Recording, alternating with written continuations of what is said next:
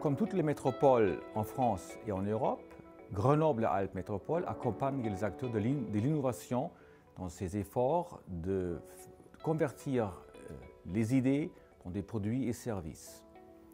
Ces politiques d'accompagnement peuvent bien sûr s'inspirer des expériences de ce qu'on a fait ailleurs en France et en Europe. Et le programme InFocus a permis un cadre très bien structuré afin d'effectuer ce partage de l'expérience et de dessiner des actions spécifiquement pour Grenoble-Alpes Métropole afin d'être plus fort encore comme une métropole d'innovation à l'avenir.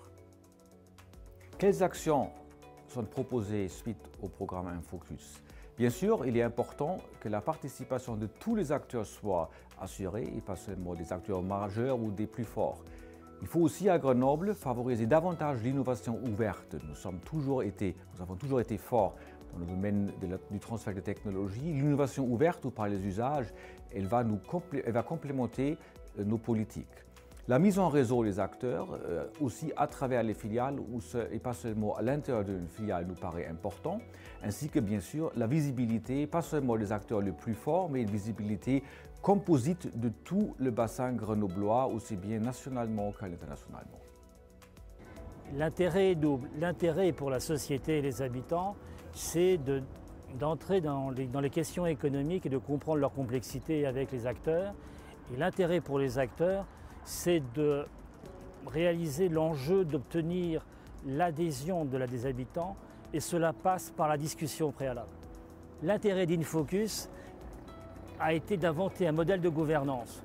Pour moi, l'enjeu et la question qui se pose, c'est comment nous arrivons ensemble à la généraliser et à la rendre permanente pour l'ensemble des questions économiques du territoire. Le projet InFocus a permis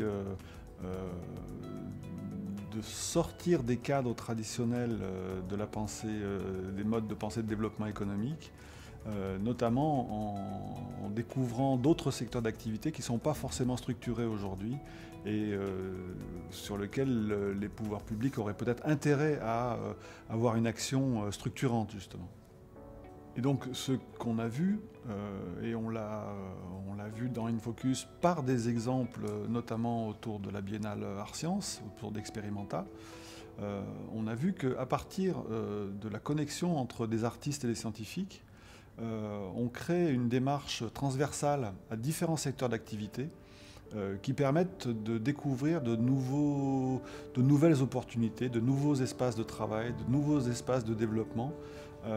Et on pourrait avoir le souhait que la présence artistique et culturelle dans des dispositifs de développement économique dynamise l'activité de ces secteurs. Un projet comme InFocus, parmi d'autres projets, permettent de rencontrer des gens, d'échanger sur nos pratiques, mais aussi sur nos projets. En l'occurrence de développer aussi les relations interterritoires. Je suis allé à Turin par exemple et j'ai rencontré des collègues universités de Turin. Donc en ce sens, InFocus a aussi contribué au développement du territoire. Le projet InFocus en fait nous a conforté un peu dans notre idée qu'il doit exister des lieux de partage, des lieux d'animation autour de l'innovation pour pouvoir rassembler un certain nombre d'acteurs. L'idée c'est vraiment de rassembler la société, ça peut être des élèves, des habitants d'un lieu, avec les chercheurs ou les industriels ou les académiques.